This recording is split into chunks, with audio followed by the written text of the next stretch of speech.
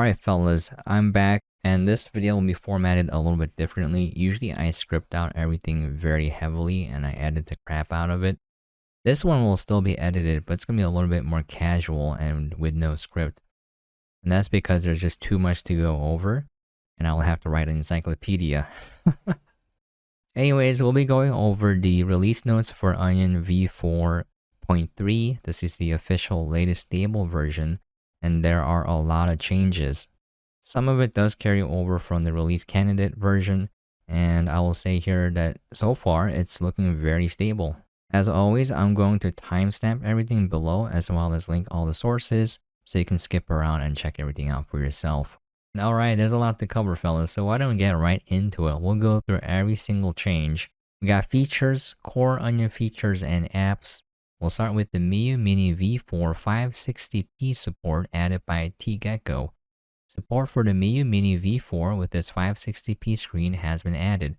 The resolution is now added automatically, and 560p is the default resolution for RetroArch and Nintendo DS on Drastic on the Miyoo Mini V4. A system to allow ports to use the new resolution is also in place, but it has to be added to the ports manually. Alright, I added some words in there because I think there were some typos, but why don't we go take a look. I don't have a V4, I will get one eventually, but I am broke, so bear with me guys. Here is the original Miyoo Mini. These are the different versions here. V4 is the latest, and then this is the Miyoo Mini Plus, which I have here, so it's significantly smaller. And the problem with the V4 was that the screen was a different resolution. It was a very awkward resolution, and games looked a little bit rough, but thanks to the developers, they made it look really good. So this is a post from Barrick Phillip from the SBC Gaming subreddit posted 2 months ago.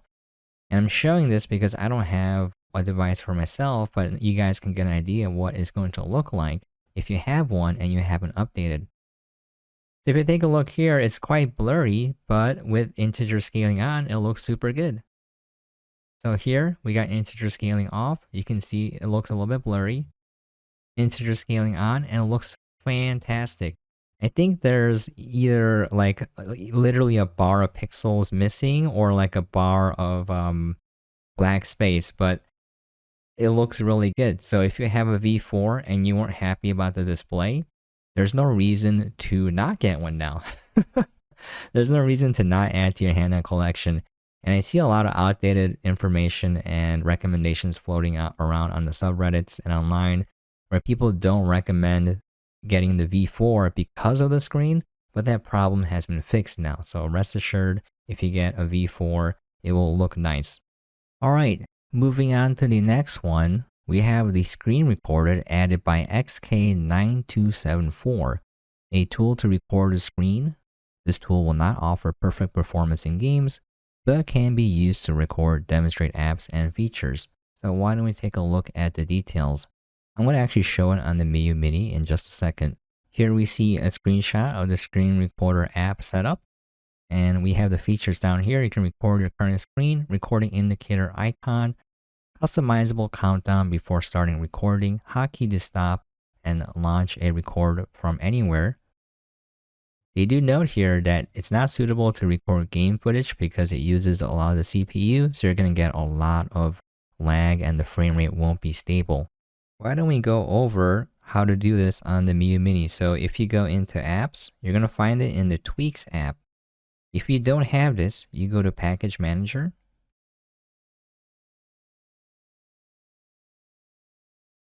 Press R to go into apps.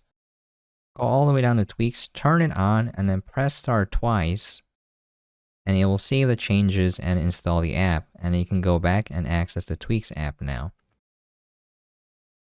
In here, we're going to go scroll down to Tools. And we will see Screen Recorder. And here, we can access the screen recorder. You can turn it on by hitting A right here if you want. You can have a countdown. You can have an indicator on or off. And you can toggle the hotkey, which is Menu and A, and you hold that for about 2 seconds.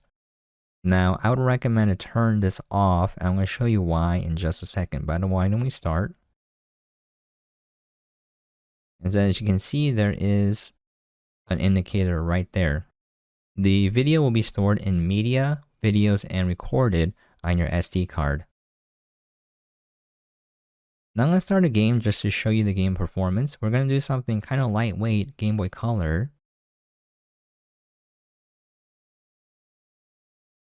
I'm going to start Link's Awakening DX.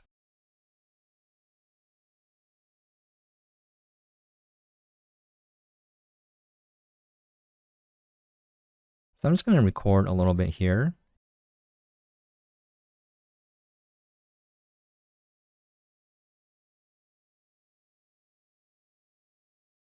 Now, if you notice, the indicator just show up here on the top right corner of the screen. It flashes, and it might take you out of the gaming experience. So if you're doing something and you don't want it to bother you, I would suggest turning it off.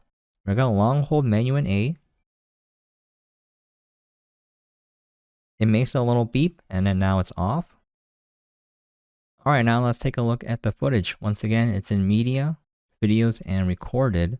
Let's take a look. Let's skip to the gameplay.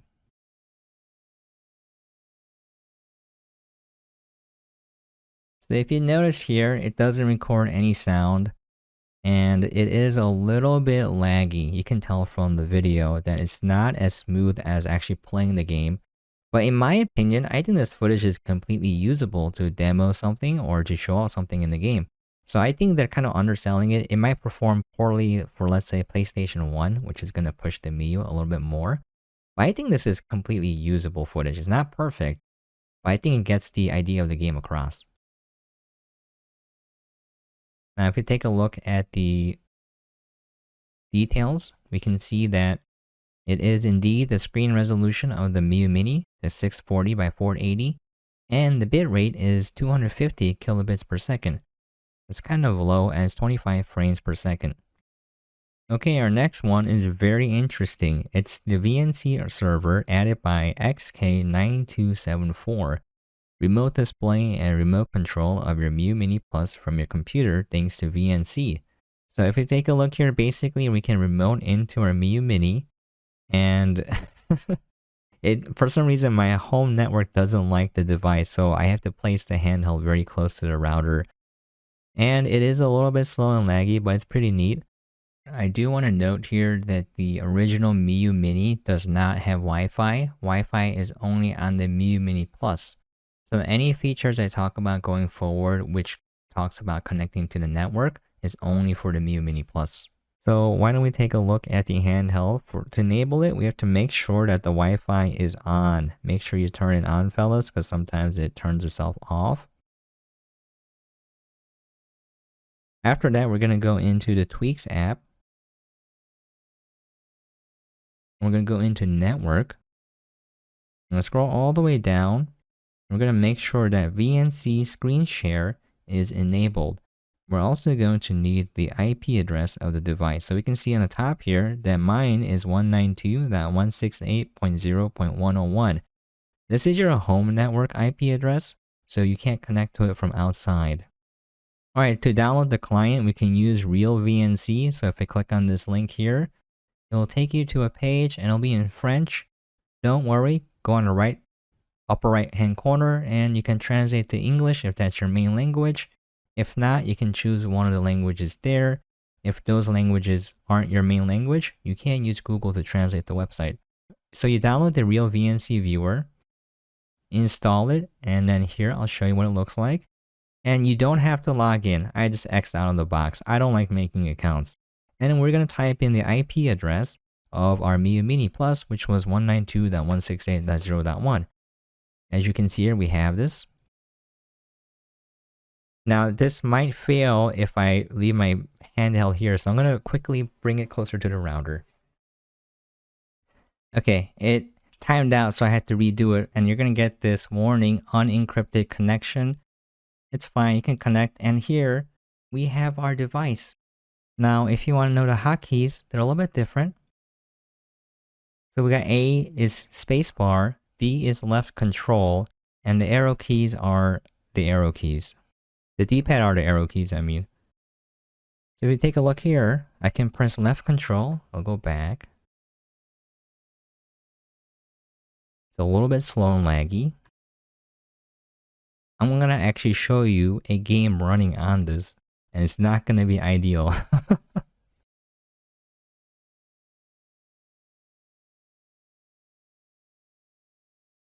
This doesn't seem to be working right now. There we go. Okay, it's a little rough.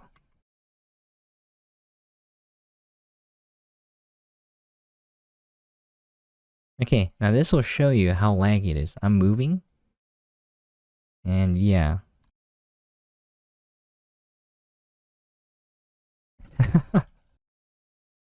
I'm pressing spacebar. There you go. So is this ideal? It depends on your home network speed, but I think it's just down to the Miyoo lacking the power as well in terms of the hardware. But the fact that you can even do this to begin with is pretty darn neat. Now, would I recommend everyone do this? Not really, but I'm sure someone out there will imagine a use case scenario where this fits. Next up, we have the blue light filter added by XK9274. And this will control the blue light filter, and you'll have a schedule. You can set the intensity and the state. Take a look here. The hotkeys for enabling it or disabling it is holding menu and B for 2 seconds. Now, I do have to note here, if you want to use the schedule option, you do have to set time automatically via internet to be on. And for that, you have to turn on your Wi-Fi, go to date and time, and then you can set this up under your tweaks for system. Alright, why don't we go switch to the handheld? I'm going to show how to use the set time automatically via internet on. Make sure your Wi-Fi is on. And we're going to go to the Tweaks app.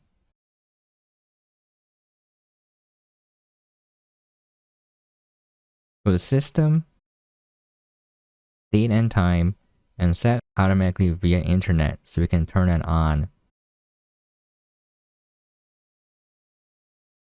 Now for the blue light, we're going to go into Appearance for tweaks. And I'm going to scroll down to blue light filter here.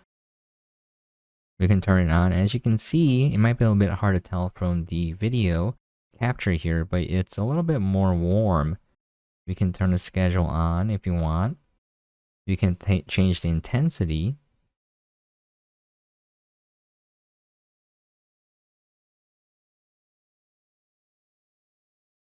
I kind of like the max setting, although it does look too warm. And here we can schedule it. So I think this is nice if you play your handheld during night and you don't want that harsh glare.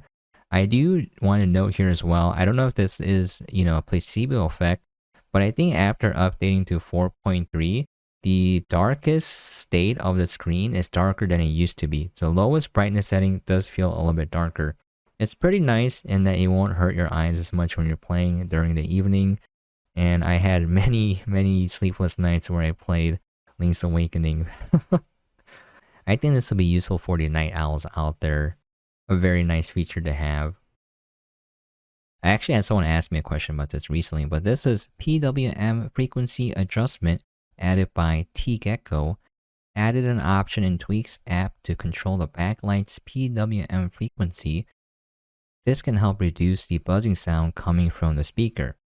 So if you don't know, PWM stands for pulse width modulation, and this is used mainly for the LCD panel.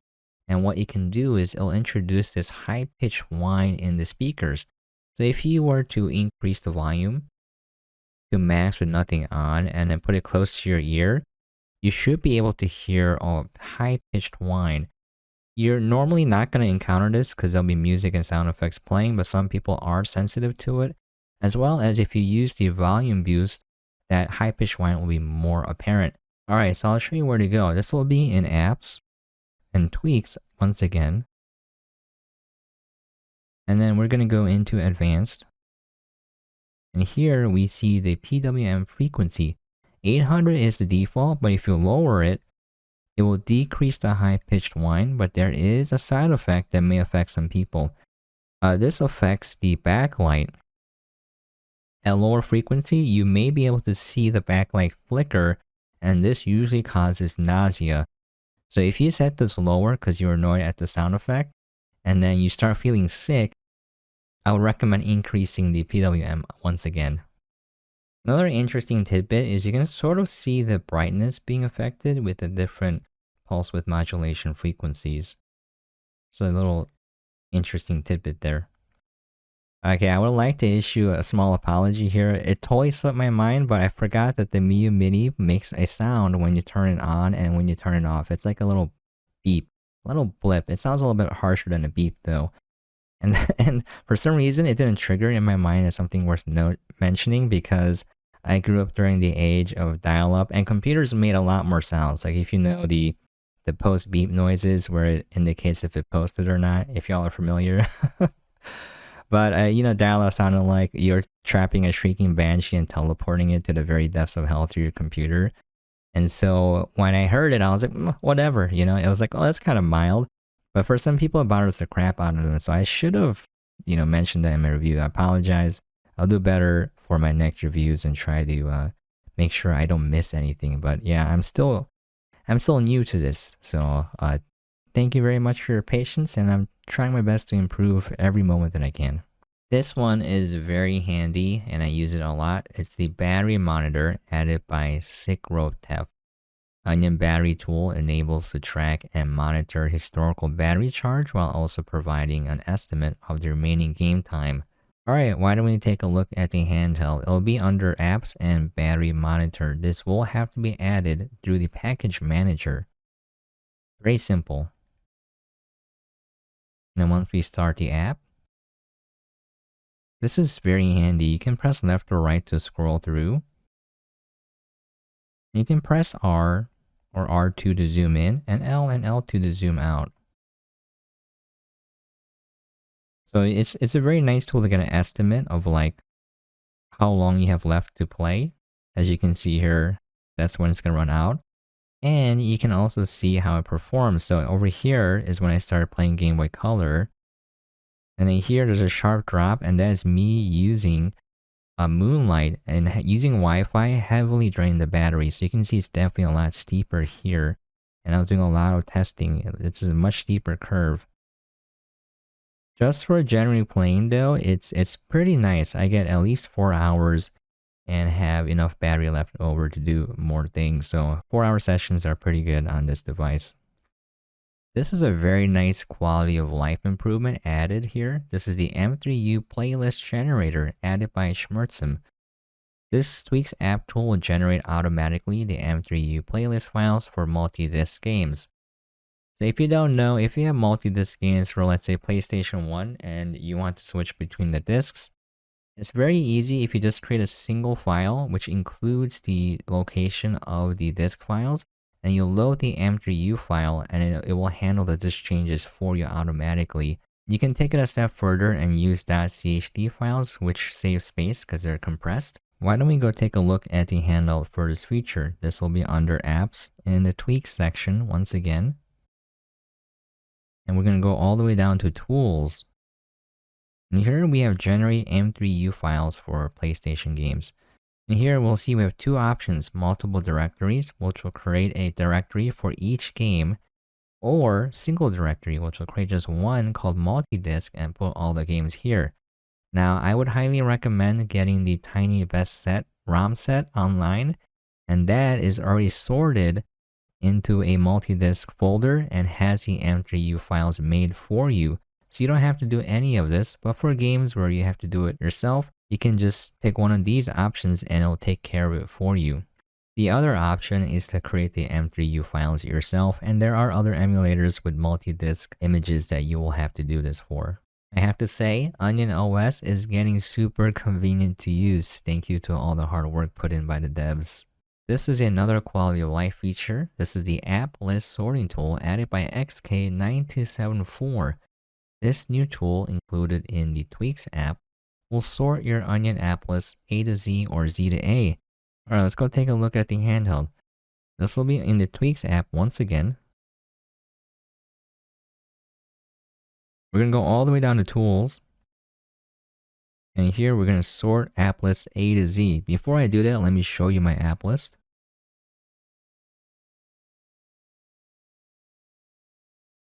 So I sorted it one time, but if you add new apps after sorting, you can see expert is all the way down at the bottom here.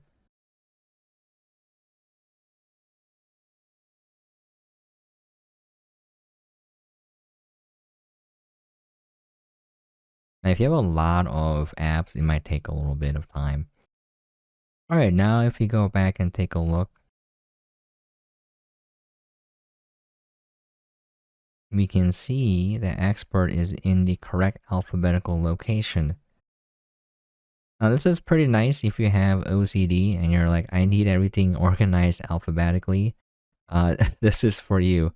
For me, what I prefer is to have my most frequently used apps on the top or on the bottom, so I can just hit up and go all the way down here. And then my least frequently used apps in the middle, so it takes longer to get to them.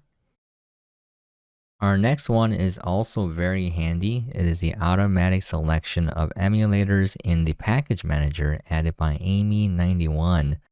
Package manager allows to auto-select emulators that has ROMs present. This is very handy if you're doing a couple of things. If you're installing Onion OS onto an SD card but have the ROMs directory and structure intact from another Miyoo Mini, or let's say to reinstall Onion OS on your Miyoo Mini for some reason, just leave the ROMs directory structure as is, and then when you copy the Onion OS files over and initialize the installation, it can tell which emulators you need based on the ROMs folder. Alright, so why don't you go take a look at the handheld, and we're going to see this in action. Go to Apps, and I'm going to scroll all the way down to Package Manager. And here, if you look at the verified emulator section, we can see that I have installed the emulators that I need for my ROM sets. Now it will automatically recognize this. If you press X, it'll go to toggle all of them. And if you press X again, it'll go to none. And if you press X again, it'll go to automatic. Automatic is the default selection here. If we take a look at the cartridge symbol to the left of the on symbol here, we'll see that that signifies that the emulator is installed. Again, this is a very handy quality of life feature that removes extra steps you have to do on your own and does it automatically for you. Our next feature is the mute background music option added by theUnBurn. With this, you can mute the background music for themes. I'll go back to the handle. For this, we're going to go back into the Tweaks app. We're going to scroll all the way down to Appearance, and we're going to go into Theme Overrides. And here we have the option to mute the background music. This next feature is disabling the automatic time restore, and this was added by tGecko. Normally, Onion saves the system time as shutdown and restores it on boot up. This new option disables the restore part. To use it, create the file sd/tempupdate/config/.noTimeRestore. To understand what this does, we have to look at how the handheld behaves. If you go take a look at the clock app here, so you can set the time, and when you turn it off and boot it, it'll restore this time and then continue on from whenever you shut it down. Unless you select the option to sync the time every time you connect to Wi-Fi, you will have to manually update the clock every time you want the time to be accurate. Some people don't want this automatic restore feature, so by creating that file, it will disable it. To create the file, navigate to the .tempupdate/config folder, right-click anywhere in there, and then select Create New Text File. Name it to .noTimeRestore with no extension, and you are good to go. For most people, the default behavior of Windows is to hide file extensions. Now, even if you rename it with no extension, it will have a .text file extension added on there. So if you want to remove it, you'll have to enable that. For most modern versions of Windows, if you open up File Explorer, you'll see a View tab here. Click on the View tab, and you'll see a box that says File Name Extensions. Make sure this is enabled. If you're running Windows 7 or you don't see this, just type in Folder Options into the search bar, and a box should come up. This may be different from Windows versions. If you click here, go to View, and if you scroll down here, it'll say Hide Extensions for Known File Types. Make sure this is unchecked, and you'll be able to see file extensions. Hopefully this helps. This one is for a feature that I didn't know about, and it's very handy to use. updated file browser to 2.26. This was added by user edmunek and XK9274. Update file browser to 2.26 to fix CSS issue. So if you take a look at the problem here, we can see that after using the file browser, there is like a dark overlay that remains on top of it. If you don't know what file browser is, it's a very handy feature where you can transfer files to your Miyoo Mini Plus using Wi-Fi. So if you take a look here, you want to make sure that Wi-Fi is on first of all. We're going to go into the Tweaks app once again. We're going to go under Network. I'm going to make sure that HTTP web-based file sync is turned on. This will let you transfer files just using a web browser. I do have to note here, for security reasons, you probably don't want to use this feature on public Wi-Fi because it's unencrypted and anyone can access your Miyoo Mini. To do this, all we need is the Wi-Fi address of your Miyoo Mini Plus. As you can see here, mine is 192.168.0.101. Alright, real quick, I'm going to have to put my Miyoo next to my router so I can show this next step. Alright, so what we're going to do is we're going to open up a browser tab and I type in the IP address of your Miyoo Mini Plus. Mine was 192.168.0.101. Yours may differ. And here we have a very handy dandy visual interface to interact with the storage of the Miyoo Mini Plus, and we can use it to transfer files.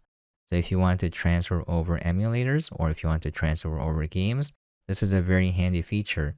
I do have to note here, for my home Wi-Fi network, it's not strong enough to use away from the router, so I do have to have my device pretty close to the router, meaning this isn't as convenient as it could be. I might just get a new router. Alright, so I'll show you a use case. Let's say you're watching Digimon and you wanted to transfer over a new episode. As we can see here, we have episode 2 and you're like, I want episode 3. Just simply take the file and just drag and drop, and here we have the file transferring over. This is such a handy way to transfer files to your Miyoo Mini. Alright, as you can see, the file finished transferring, so why don't I grab my Miyoo Mini Plus and show you guys the file on the device itself. Alright, so if you take a look here, we're going to go into the video player app, which you do have to install through Package Manager, and as you can see, we have Digimon episode 3. We can start it up and it's playing. My goodness, I have fond memories of this show. Honestly, I enjoyed it way more than Pokemon. Our next two are going to be very quick, but they're also very handy features to have. We have the profile-specific themes, favorites, and recent lists added by Sichroteph. Themes, favorites, and recent lists are now associated to the current profile only. This was already the case for save files. It allows you to have your own configuration between your main profile and the guest profile. So what this means is that you can have your own themes, your own favorites, and your own recent lists between your main profile and the guest one. And this comes in handy if you're sharing the device, or if you bought the device for your kids and you can only afford one and they have to share. This is a very handy feature to have. Now I know back in my day, my parents were working very hard and they were very poor. And so when they bought us a Game Boy Color, we only had one. So we had to share between me and my brother. Those are good times. Okay, if you want to enable guest mode, we're going to have to go back into the Package Manager, and under Apps, you'll see guest mode. So just turn it on, hit start twice, and it'll install it. Now if you go into the apps, once again, you'll see guest mode right here. So you can turn it on or off, and then it'll be on the guest mode profile and it'll have its own settings. This is handy if you want to show the device to someone else and don't want them to mess up your things, or if handing to a kid. It's a very handy feature to have. Okay, for this one is Startup and Checkoff Scripts by DragoonDorise, an easy way to run scripts at Onion Startup and just before powering off. I tried fiddling around with this, but I couldn't get it to work. So if you take a look here at your SD card for your Miyoo Mini Plus or your Miyoo Mini, you go to the .temp_update folder, and you can put it in the startup folder here or in the check off. And what you use is a text file with a .sh extension, which is for a bash script. And if you just look, it's just running commands in the terminal. I'll show you where it is in the source file. So if you look at the runtime.sh file here, we can see it's making the directory if it doesn't exist. And then it will look to see how many scripts are in the startup directory, and then it will run the scripts. We'll just go through and run each of them. I don't know what you can do. I try like, making an image pop up or playing a music file. I'm not very familiar with Linux, so I'm not entirely sure what commands I can use, but I did manage to make it take longer. I used sleep, and I think that made it boot up longer. I was trying to print hello world, echo, whatever. None of that worked, so I have to fiddle around and see what I can do. But for the more tech-savvy people, you can run scripts as startup and before shutting down. Okay, now we have new emulators and cores, and this one is the most exciting. We have Nintendo DS on Onion OS now, so you can play your DS games. They work fairly well. This was added by Steward-Fu. It was integrated by Sichroteph and schmurtzm. And before we begin, so you install it through Package Manager, but let me show you some things you can do. So when you go into the MU folder, NDS, go to Resources, and then Settings.json, we're going to go into the max CPU setting and change this to 1800 if you have a Miyoo Mini Plus. If you have one of the original Miyoo Minis, leave it at 1600. So this will let us overclock up to 1800. Now if you want, you can try pushing it to 1900, even 1950, but in my experience, 1800 was the sweet spot. For the original Miyoo Mini, you don't want to go above 1600. You can try pushing it to 1700 and see how well it fares, but it may be a little bit unstable. Also, schmurtzm did some testing on the voltages, and you will not end up using a lot more power by overclocking. It's very negligible. So this is something I would change right away. And if you want to put in games, it will make an NDS folder right here, and you can just drag and drop your zip files. Now, if you're wondering what kind of ROMs to get, no intro basically means that it was a verified dump, and you want to get decrypted for emulation. Encrypted is when you're putting it on a flash card and playing it on the original hardware, as far as I know. You can find these somewhere. I can't legally say where. Well, let's just assume you're making, legal dumps of games you own. Alright, I'll show you guys how to do it on the handle now. We're going to start with installation. We're going to use the package manager as always. You're going to start off in the Verify tab, and you're just going to scroll down to Nintendo DS.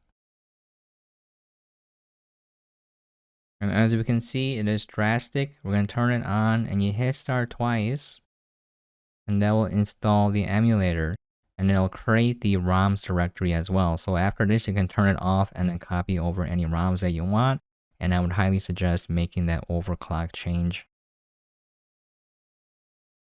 Alright, one other thing. So let's say you copied over your ROMs and you don't see it.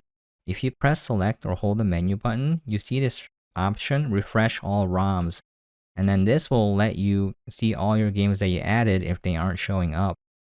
I will also give another short troubleshooting tip. The save state, the quick save state for when you power off is a little buggy, especially for Pokemon games. So I highly recommend saving in-game as well as creating multiple save states. But one thing that can happen is when you're playing Pokemon, let's say, and then you use the option to power off and save, and then you turn it on and it boots to a white screen, that means your save state got corrupted. So there's an easy fix for this. When you are turning it on, immediately hold the menu button and it'll boot to the main menu instead of the emulator and the last save state. Now, unfortunately, that save state is gone, so you're gonna have to go in and delete that. But if you have multiple save states, it should be okay. So just noting that here because I've seen that issue pop up for a lot of people. Okay, now that we're in the game, let me go over the general features and the hotkeys. So referring back to the overclock setting, if you hold menu and start, you'll get into this advanced menu, and here we can change our clock speed and increase it to 1800. There's other things you can change here as well, but I wouldn't recommend messing with it unless you really want to. And this will help with some performance issues you might be having. Most DS games run pretty okay. Pokemon, you're gonna get some general slowdowns. There might be a little bit of frame skipping going on, you can tell with the audio. Menu and select will bring up the Drastic menu. And we have a lot of options. I would recommend leaving a frame skip type to automatic, and you can change this to 1 if you want and mess around with it. But there are a lot of options here. I leave everything to default. Now these will make the graphics look better, but I don't think the Miyoo can handle that. You can change the controls. There's a lot of options here. Okay, now the main thing is you can change the layout of the screens by holding menu and then pressing left or right. So there's a couple that I would recommend toying around with and seeing what you like. This one is nice because it has the full screen, and then the second screen is overlaid as a transparent or translucent display overlay right here. And you can switch between the two screens by pressing R2. Now, I like this or the other one where it shows both screens because I don't like switching back and forth unless there's minimal switching. But it's up to your personal preference. Another version that people like is just the full screen right here and then pressing R2 to switch. L2 will bring up the stylus and pressing A will simulate a stylus press. You can hold A to simulate holding or writing with the stylus. Now I gotta say, the stylus usability is not very good. It's D-pad. It's a D-pad. You can't really simulate someone writing or drawing with it. So for a lot of games where you have to use a lot of stylus, like Trauma Center, it would be almost next to impossible to play those games. I don't recommend trying it. Although if you want to, I will I will give you props if anyone can beat Trauma Center using the simulated stylus with the D-pad. If you can't, you deserve some sort of award. The other layout versions I kind of like is the one like this. So if that's screen's a little bit tiny, you can do it like this. You know, my eyesight isn't too bad, but this is like pushing it, guys. Like this is very tiny. So like full screen or with the overlay is, I think, the way to go. But having both like this, where you can see both screens uninterrupted, is pretty nice. Fast forwarding is the same. It's menu and R1. And this will help you grind your Pokemon battles. So if we take a look here, the reason why I like Pokemon is they have an indicator showing you when you can input something on the touchscreen. So you can press R2 to switch, sorry, I'm slurring my words. But you can just tap A to fight, and then it will select your first move. So as long as your first move is something that you want to use, you don't have to look at the screen. And it will help you grind a lot faster. Hold menu and press R to turn off fast forwarding. And there's one note here. I know someone wanted the audio for fast forwarding. I don't know how to enable the audio. It seems to be turned off by default. And, you know, it depends on the person, but having that option will be good, I guess. It sounds kind of screechy to me, so I don't care if it's on or off. But I looked into it. I couldn't find out how to do it. I'll look into it a little bit more. Okay, save states and load states are the same. Menu and R2 or menu and L2. R2 will quick save, and then L2 will load. So if I move over here and I press menu and L2, it'll load that state. Oh, it activated game switcher by accident. Or actually exited by accident. Now, people have noted that they don't really like this as a game switcher or the save and exit. You can turn off that functionality. I forgot where exactly, but if that's annoying you, you know, you're mispressing it, you can turn it off. Okay, so menu and A will switch between the last display and the current one. So if you want to switch between the two, you can use that hotkey. Menu and B will switch between blur and pixel. It's a little bit hard to tell, but this looks a little bit more smudgy. I kind of like the pixel look. And then if you take a look here, menu and Y will switch between the background images. There's quite a few here. I'm kind of partial to the white one myself because I had a white DSi, or DS Lite, sorry. That was the first DS I had. Okay, there's a few more hotkeys to go over. So if you have press L2 and the stylus is over there, you can actually bring it up or down by holding menu and then down or up. with the stylus on, you can switch which screen is going on. You can also change the pen image. Let me make the screen a little bit larger. And then hold menu and Y, and you can change it.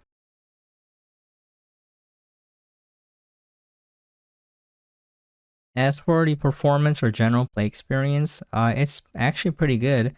It's playable, but it's not ideal, so I would prefer to have an actual DS or a handheld with a larger screen so that I can see both screens comfortably. I would like a touchscreen as well to simulate the stylus for some games. Now let me just switch real quick.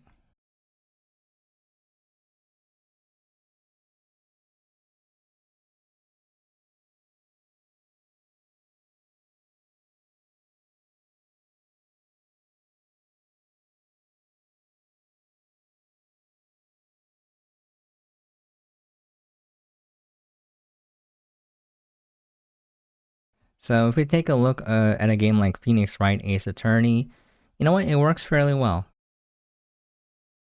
You don't really need stylus input, you can do everything with the D-pad. You do need to access the touchscreen, but you can have it up as an overlay or in the lower right hand corner. And most of the time you're on this main screen, so for games like this it's pretty good. There's a lot of games that only use primarily one screen, and if they use the touchscreen, it's for basic menu things. So someone did curate a list of Nintendo DS games for the Miyoo Mini, so if you Google that, you should be able to find some. Okay, moving on, we have the Pico 8 wrapper, which is a new standalone emulator added by XK9274, an awesome port of the official Pico 8 engine. It offers an optimal compatibility and a native Pico 8 online store called Splore. In order to use the wrapper, you need to have previously purchased Pico 8. I'm going to show you how to install it real quick. I do not own Pico 8, so I cannot use it, but we'll go back into the apps and go into the package manager. We're going to go into expert. Let's scroll all the way down until we find Pico.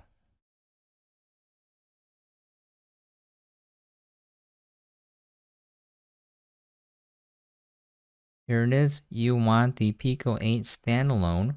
It's already installed, but this will just install the shortcut in the apps directory, the expert apps directory. Fake 8 is the RetroArch one included.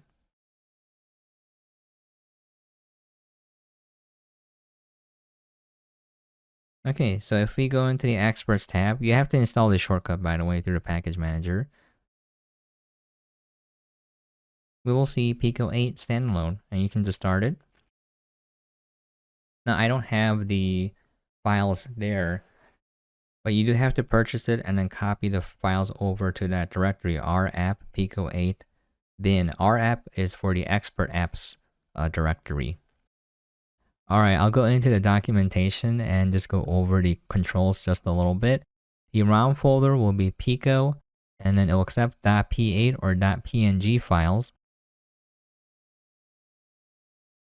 You will have to copy the pico8_din or pico8.dat files into the rapp pico8 bin directory. So make sure it's rapp and not just apps.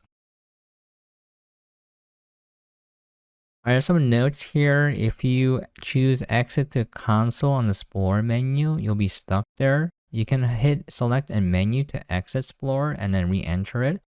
X will bring up the Splore menu, and start will bring up the game options. The rest of the hotkeys are over here. But if you are unfamiliar with Pico 8, it's essentially a fake virtual console with limitations, and people make games for it, and the limitations drive the creativity. So the resolution is limited, I think the colors you can use are limited, and there's some pretty neat games out there for Pico 8, and it's just a growing scene, so if that's something you want to check out, I highly recommend it. I think it's pretty cool to get into game dev on Pico 8 because it's easy enough where it won't overwhelm you and your scope will be limited because of the limitations. Another recommendation is if you wanted to make a Game Boy Color game, you can use GB Studio and kind of reverse engineer games you like, because all the sprite sheets are out there, and you can try to replicate the game in GB Studio and then work from there and then make your own game. I forgot to mention here, but the main reason you want to use a standalone app is that it has way better compatibility. It's not an emulator, it's the actual app.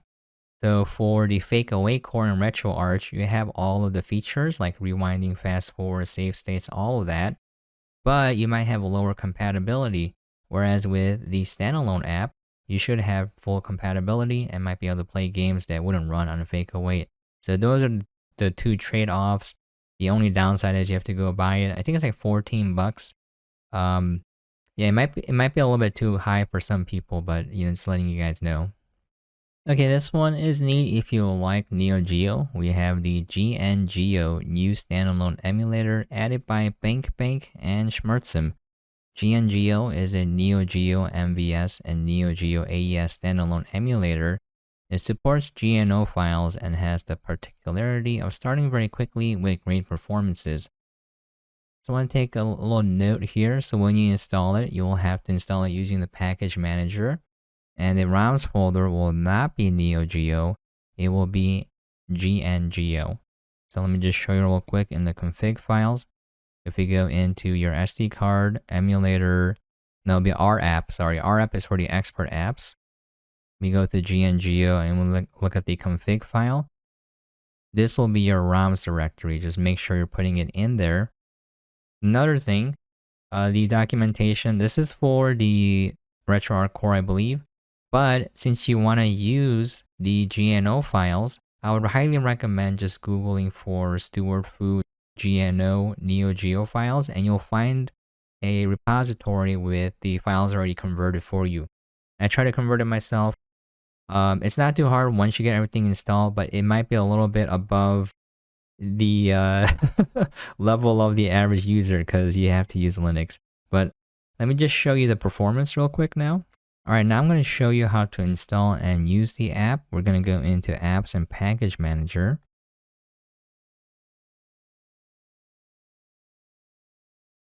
We're going to need to make sure Expert is enabled. This is just a shortcut, but it'll show up and then all those expert apps will be located in there. Make sure that's turned on. Go to the Expert tab. We're going to scroll all the way down. It's going to be under S for SNK. And here it is. If there's a little cartridge icon that is installed, this will simply add the shortcut. We're going to hit start twice. Now to access it, you're going to go into the Expert app. And this will show you all your expert apps. So we can go under GnGeo. And then we can play some ROMs. Now I'm going to show off that some don't work. It might not be the fault of the emulator. Some are marked as incompatible. Also, it's very picky which versions that you use. We're going to go show off all of these.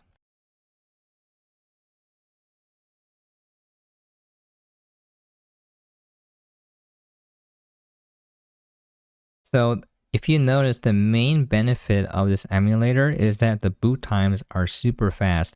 If you use the RetroArch core, then it will take, I don't know, some takes like 40 seconds maybe.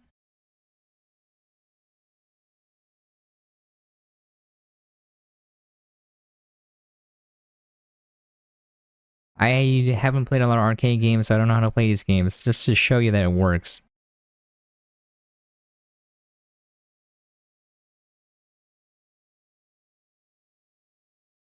I am terrible. Okay. You can save states in this emulator, but I couldn't get it to load properly. Some games will just straight up not work.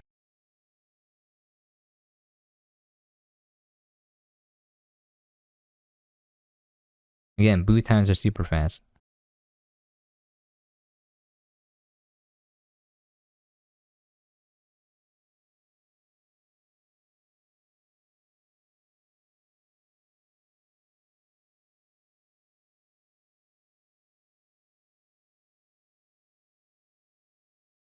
It's one button One button masher. Select its coins, and then these are the 4 face buttons. Okay. Okay, let me go into the RetroArch core now and show you what the performance is like over there.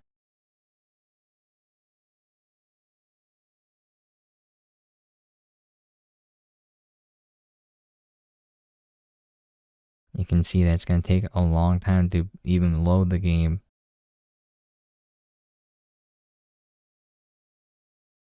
There's a clear difference here.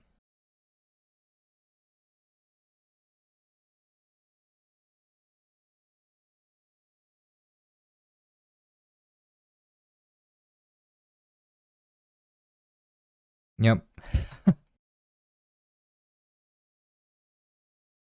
Okay, there we go. Oh, this loaded the save state that I had.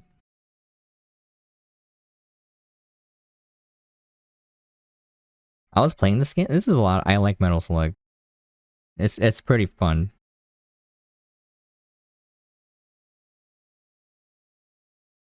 Okay. Why don't we exit that? Okay, I just want to note here, I'm very unfamiliar with Neo-Geo and some other consoles because I just never had those systems. But one thing I do want to note when you're playing this, and this is your first time, I was playing Metal Slug and I noticed there was some slowdown, so I thought it was the emulator not working well, or maybe the Miyoo Mini had poor hardware. And I made a video about my experiences trying to get this to work, and a nice commenter, the Ego Bizarro, mentioned that the slowdown is actually on the original games because even the Neo-Geo couldn't handle that much. So I learned something new. It's a little bit hard to determine if a performance in game is like accurate or due to the emulator or the hardware or both. And since I had very little experience with Neo-Geo and a lot of these other consoles in general, I just don't know what the experience is supposed to be like. That said though, it's a lot of fun. I might check out more, but yeah, I can see why people like Neo-Geo. These games are mad hard though, I gotta say. Alright, we're moving on to ScummVM. ScummVM 2.9.0 standalone, updated standalone emulator added by XK9274 and schmurtzm. This version of ScummVM 2.9.0 standalone offers awesome performances compared to the RetroArch core performances. Now, I did test out Grim Fandango, and it does work a lot better. One thing to note here, the directory for the ROMs will just be ScummVM. Alright, so I'm going to show off the installation process and then it running, and then compare it to the RetroArch core. We're going to go into the package manager. We're going to go into experts, and then this is where you will find the ScummVM standalone app. It's all the way at the bottom. Right here. Press start twice, and it will add the ScummVM standalone emulator into the expert folder, which you also have to enable in the package manager.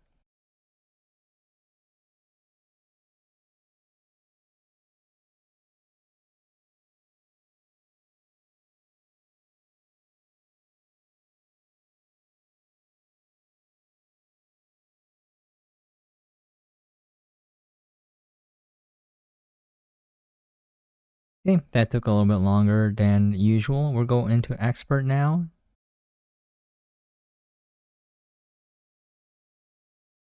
And here, so what I did was I copied the games over to my SD card.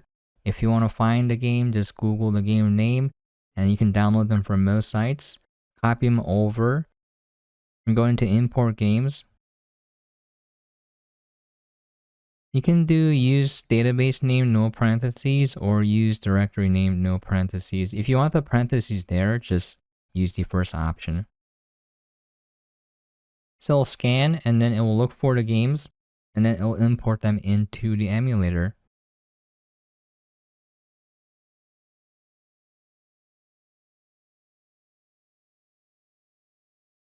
Okay.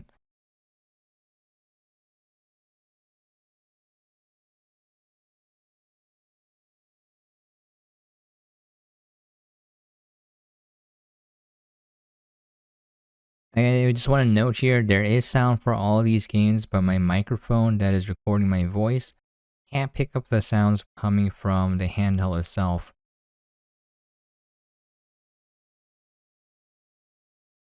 I have it set so that it only picks up my voice. I will make a note of when the sound is not working though.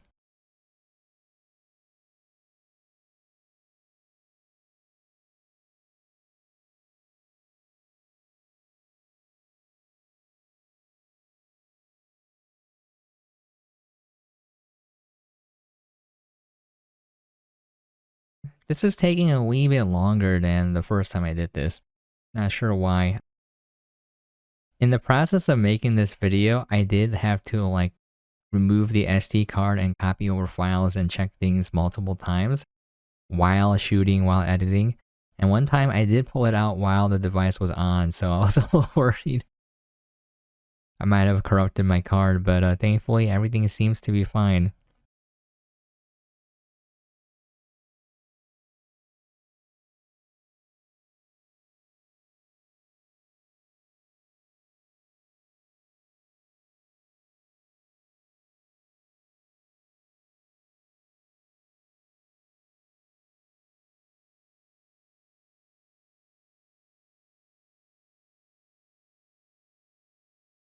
Let's skip.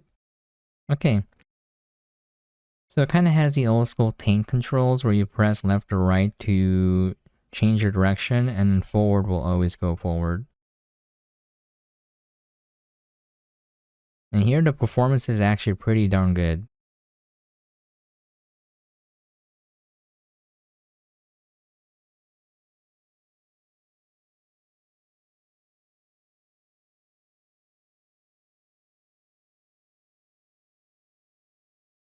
It's very hard for me to control because I am playing with the microphone in my face.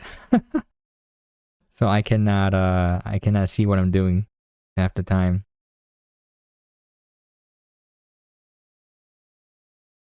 Okay, so I want to exit. Oh yeah, it does crash when you press the menu button. I should have hit start. Escape from Monkey Island doesn't seem to run that well. I don't know if I got the wrong game or I did something wrong here.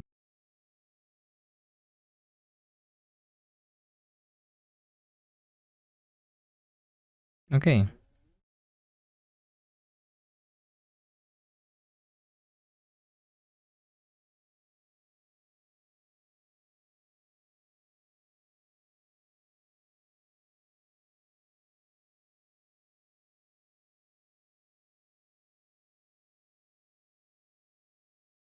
So I couldn't look at the cockholes.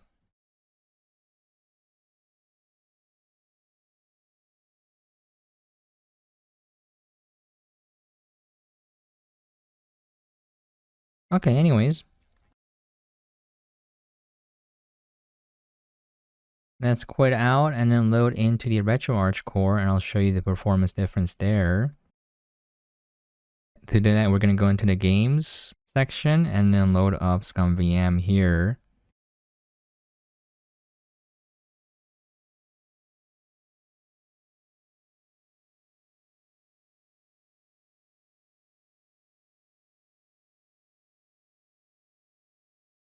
We're going to do the same thing. We're going to import the games. It didn't detect Escape from Monkey Island.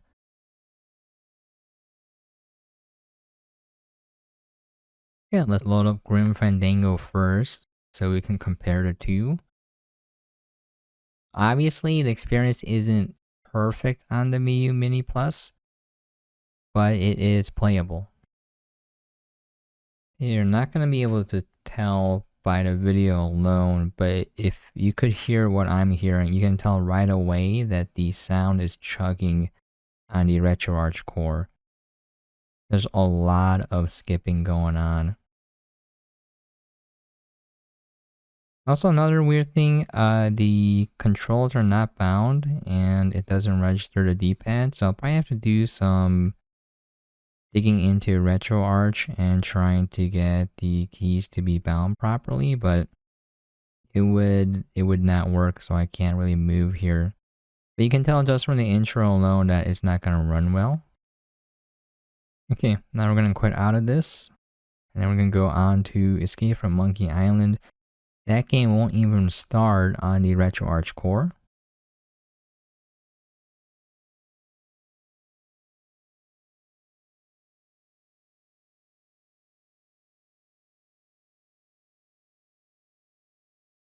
There's a lot of audio skipping right away, and then it just crashes.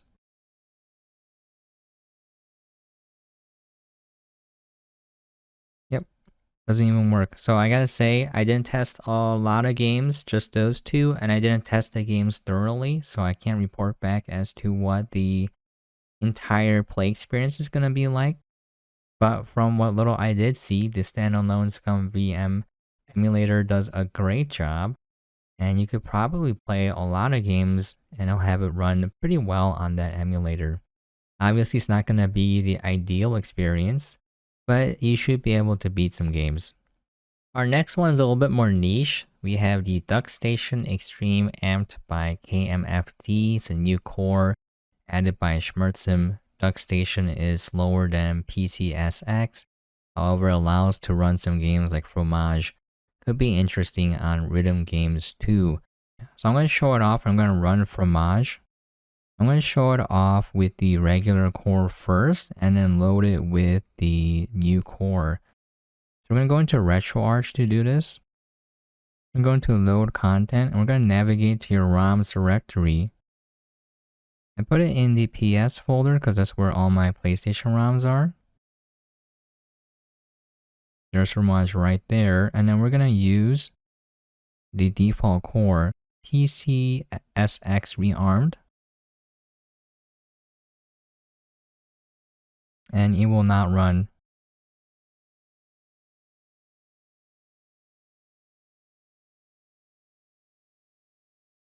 Okay, I am going to just exit out of this.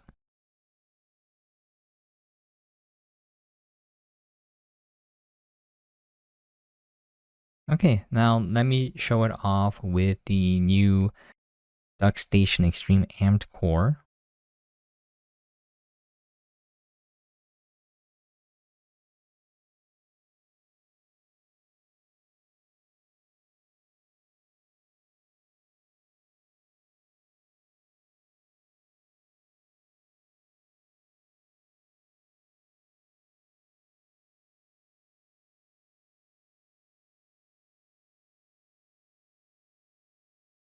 Now this will take a while to load. It takes a while to load and it takes a little bit longer than usual to quit, but I'm just showing the entire process in real time so you can know what to expect. Here it is. Essentially, kind of like a basic Minecraft.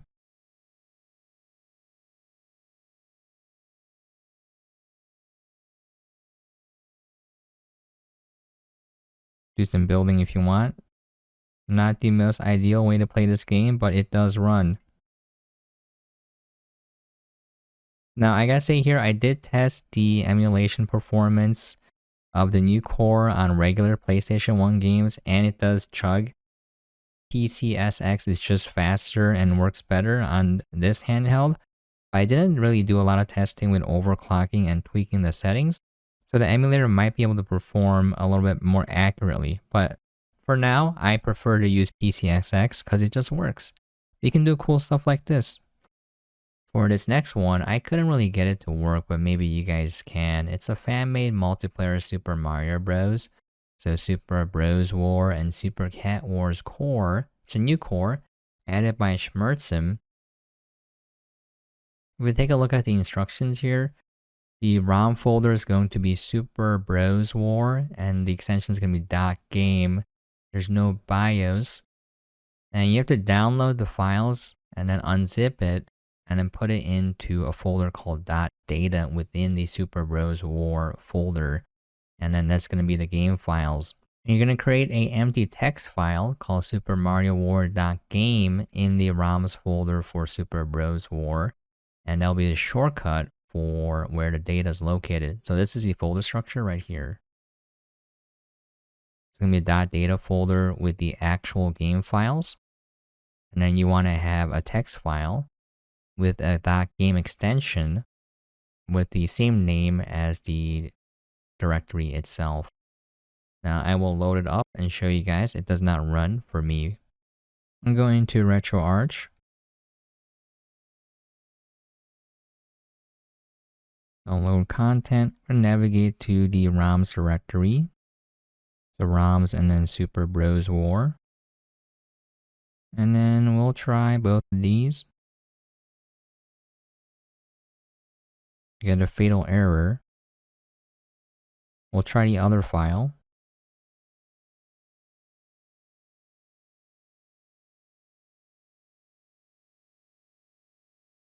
It's been a while, so I've been working on this video for a long time, so I'm getting a little scatterbrained right now. And we have another error. So I couldn't get this to work. Not entirely sure what I'm doing wrong here, but maybe someone else can figure it out. This next item is very similar to Pico 8. I never knew there are so many of these, but it's LowRes NX. It's a new core. It was added by schmurtzm, a great 2D game engine with many free games available. So if we take a look at the documentation, the rounds folder will be called LowRes NX. It'll accept NX, zip, or 7-zip files. There'll be no BIOS, and you can download the games from their website here. So I downloaded two. I downloaded Chippy, and I downloaded the Peggle clone, and why don't we go check it out? Okay, so we're gonna load up those games. We're gonna go into RetroArch again. I'm gonna go into load content. We're gonna navigate to that directory. It's gonna be under ROMs and then LowRes NX. And then here it boots.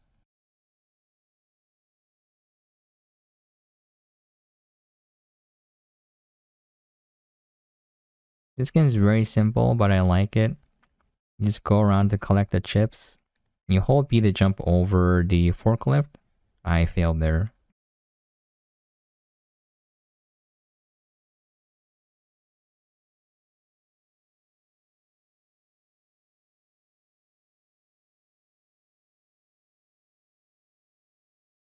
It gets very hard later on because you have to move so fast.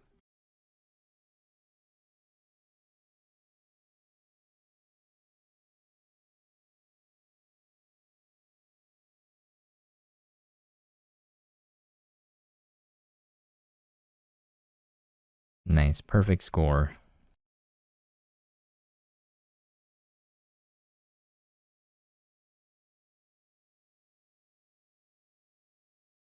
Oop.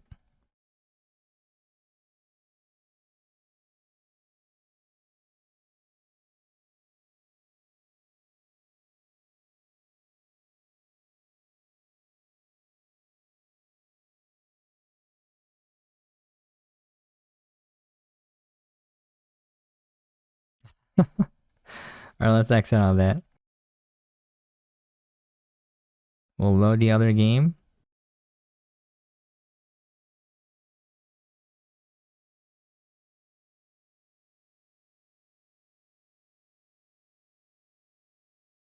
This one I don't really like as much. I do remember playing Peggle though. I remember when it first came out, it was kind of huge because it was like the perfect casual game.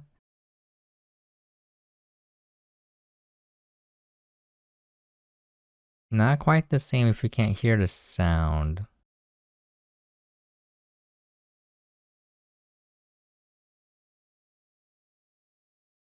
I might try to get the audio from my phone and include it in the video, but the phone audio won't be very good. That was a fail. Alright, I think you get the idea here, fellas.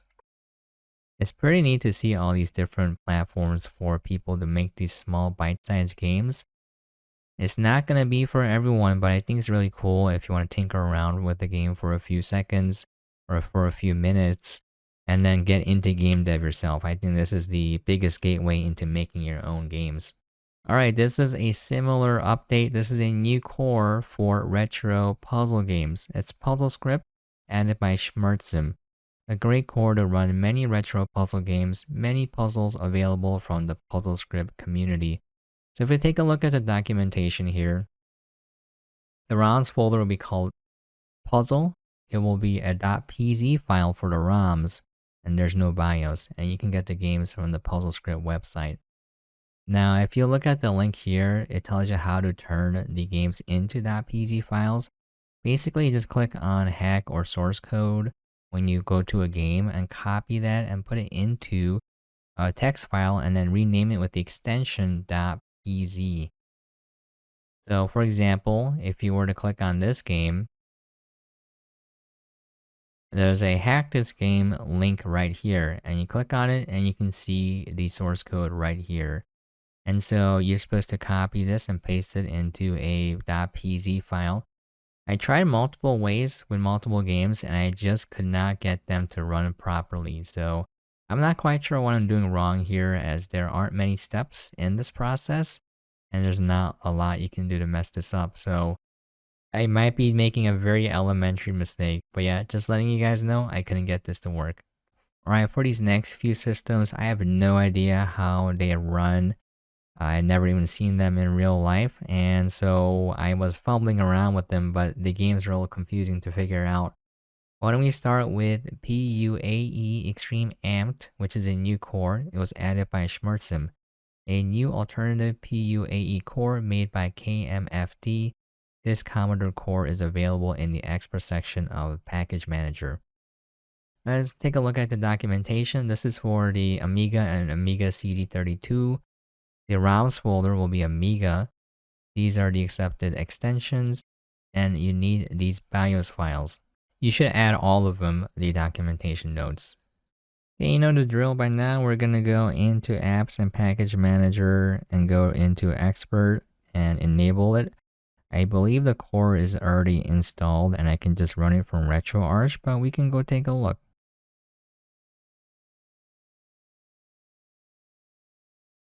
So that disk icon means that it is indeed installed. I believe this will just add the shortcut into the expert directory or app. Hit start twice.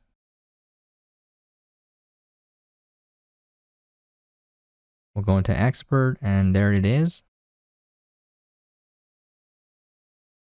I downloaded an entire ROM set for the Amiga beforehand. So this may take a while because there are a lot of games I added.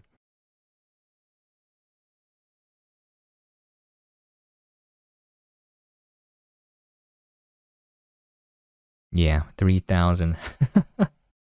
I was playing Ultima 4 and I couldn't figure out how to get past the insert disk icon, or the prompt I mean, so I'll just load it up real quick. Yeah, I'm like, how do I... Okay, it's R1 to simulate mouse input. Yeah, I couldn't figure this out. It runs pretty well. Select this keyboard input, I believe. Okay, let's just load a different game.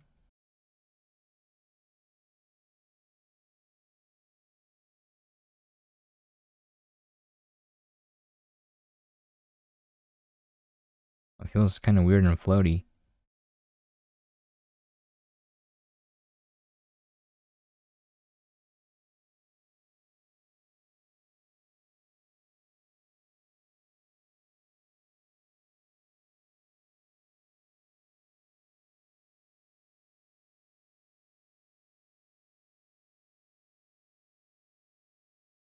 Okay, feels okay.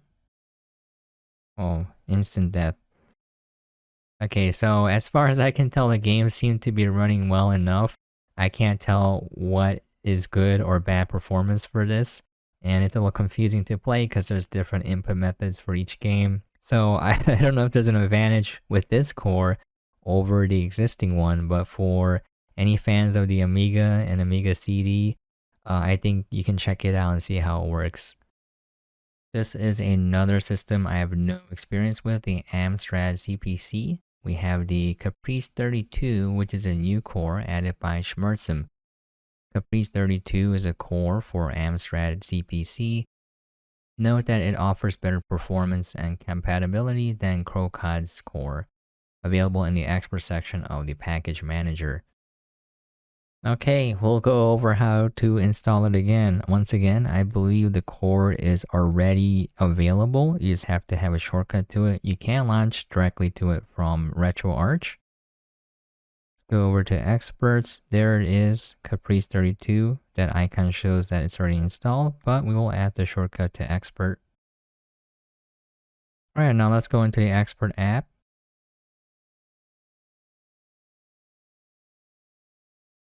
And here we have the new core.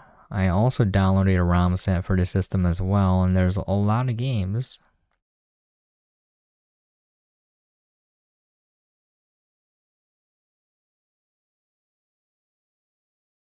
Alright, I could not figure out how to get some games to run. Man, a lot of games don't run, so I had to go look for a game that would run.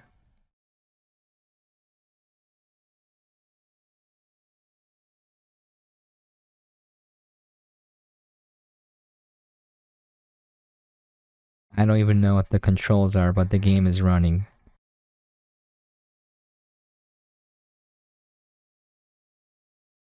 I am mashing all the buttons. Start and select bring up the keyboard, so...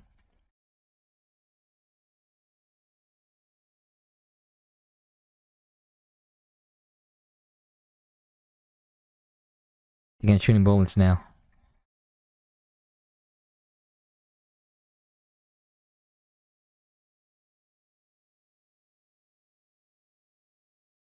I thought I would be flying over the building, but I crashed into it. It's difficult because I don't have knowledge and experience with these systems, so I don't know the input method. It's these weird computer systems with like a keyboard, joystick, mouse, or weird doodad, and like I'm just used to having one controller input, and I know how a controller works. These systems were before my time. Not only that, they weren't available where I live, so I've never seen these systems, and I don't know how it's supposed to feel when you play these games. And there's also like no compatibility sheet, so I don't know which ROMs work, which don't. And I'm not entirely sure if the ROM is working properly in the first place. Just like going back to the Neo-Geo, I thought the emulator was slowing down or the hardware was not powerful enough. But that's just like how the actual hardware works with the games. Yeah, for this it was a little bit hard to figure out. It would take me a lot more time to go through every game and figure out like what the correct way to input or control the game is, and then figure out how it should feel. And I would have to put in hundreds of hours just to test the emulator and the ROMs to see if it's functioning well. So yeah, I just briefly breezed through this. But if you're a fan of the CPC, you can check this core out and see if it offers better performance. Alright, so this one is very simple. It's just Pong. We got the Gong Pong, which is a new core added by schmurtzm. Gong is a port of Pong game to libretro. This core is included in port section of Onion and doesn't require any BIOS or additional ROM to work. Alright, so let's go into RetroArch. I'm gonna load the Gong Pong core. And it's just Pong.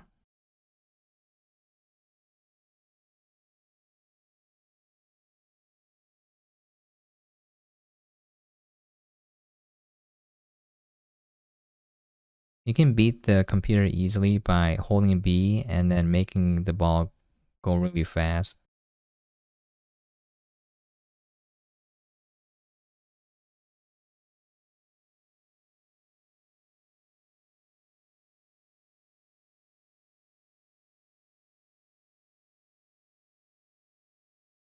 Nope.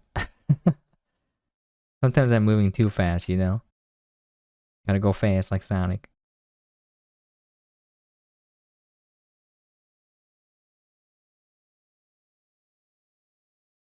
Too easy, man. Too easy for Arteezy. What is this?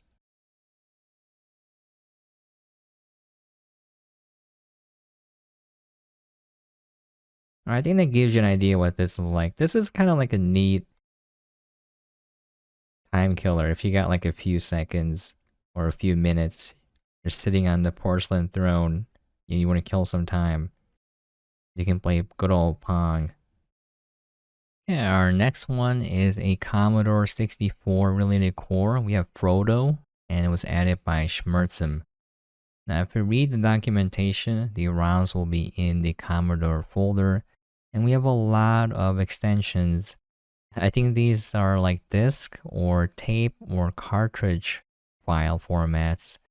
But yeah, one note here, it's kind of tough to get these games working with Frodo. There's a long list of games and a lot of ROM sets, and a lot of them were CRT, and CRT games are not compatible with Frodo. So I found a few D64 games, and they wouldn't really load well on Frodo, but on the other hand, the Vice 64 core seems to work a lot better. So just throwing that out there, if you play a lot of Commodore 64, it was not ideal for me because I was playing Ghostbusters, and the fact that you have to interact with the keyboard, you have to bring that up and then pick the keys that you want to type. And yeah, that was not an ideal experience on the Miyoo Mini, but for some it might be okay. Again, this is going to take a lot of time to test everything out. And at first glance, it doesn't seem like it's very user-friendly in terms of everything just working out of the box. Alright, this next one is Beetle PCE. This is a new core added by schmurtzm for the TurboGrafx 16. Beetle PCE is a PC Engine core slower than Beetle PCE Fast, but more accurate. Let's take a look at the documentation.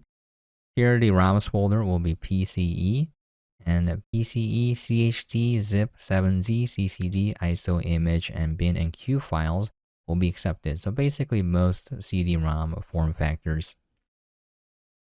Alright, so I've noticed that this core does give me a little bit of problems. So I'm going to load the game that I really like using that core. We'll go into our ROMs directory in PCE. I've been playing a little bit of Aero Blasters. Kind of hard. I find it difficult because you can't really move that quickly. I'm not sure if that's accurate to the original system, or I have to tweak the sensitivity a little bit. So here is the non-fast PCE, and you can't load that game. So we're going to try it on the fast core.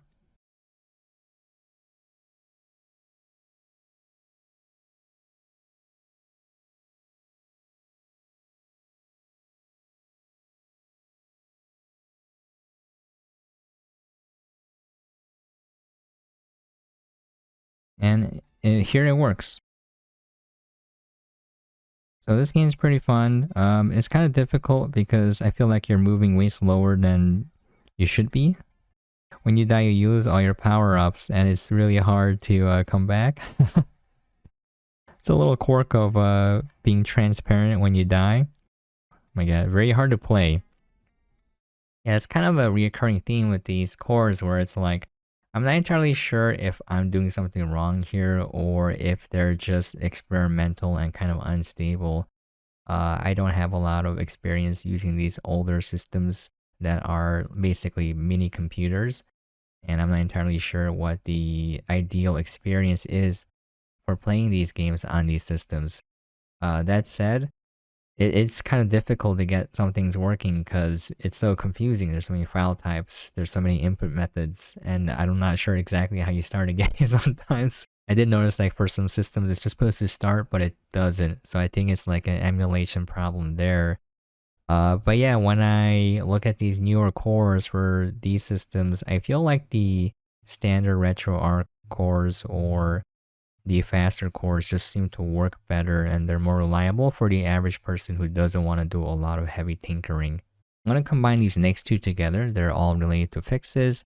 So schmurtzm fixed the Vice X64 loading time. And if it was taking too long, the fix could help, and that using CRT files is also recommended. Now, I tested it out myself, and the Vice 6.4 emulator does seem to work a lot better with CRT files than using Frodo. For this next one, CrocoDS had some issues, so they fixed the keyboard issue and they changed the internal config path to BIOS instead of the RetroArch folder. So they have links to the issues here. There's some fortunate bug where QWERTY keyboards are mapped to AZERTY, so they fixed that. And then this is the fix they have here. This next one is neat because of one game. We have an update to the chailove core, and this was inspired by the Love engine. The update is supposed to improve game compatibility. Let's take a look at the documentation. The ROM folder will be chai, the extension will be chailove, and there are no BIOS files. So there is some games here, and there's a Flappy Bird. That's right, so Flappy... That's right, so Flappy Bird clone. Alright, so I downloaded the Flappy Bird game ahead of time. We're gonna go into RetroArch and start up that game.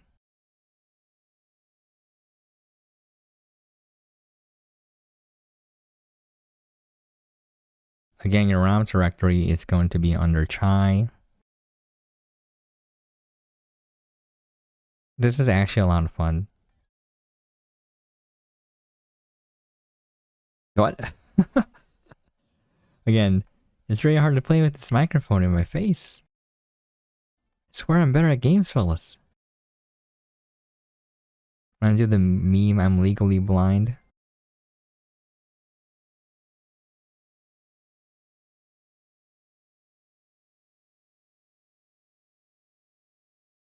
Man, this game is super addictive though.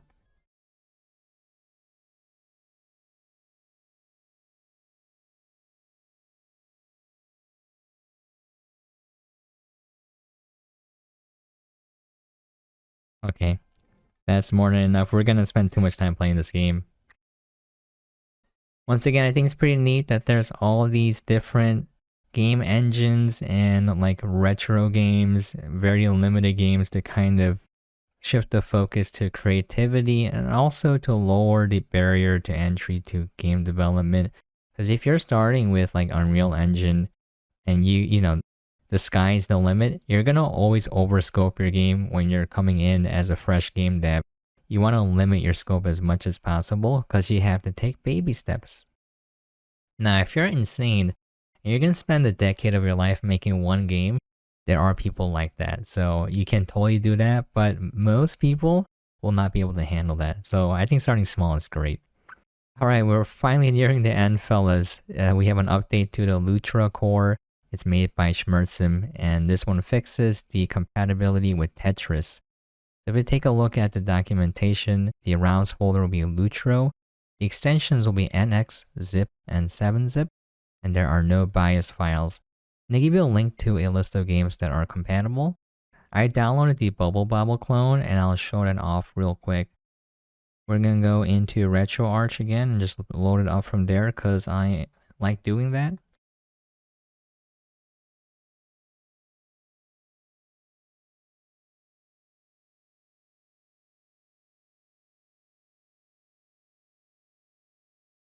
Now, one thing I want to note, I'm not entirely sure if this is the fault of the emulator, but it does sound a little weird, like a little scuffed.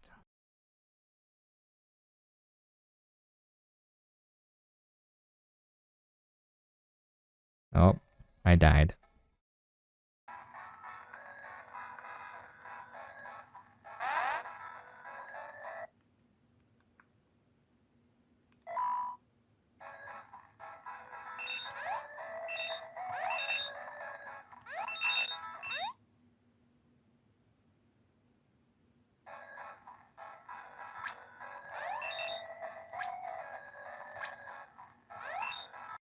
No.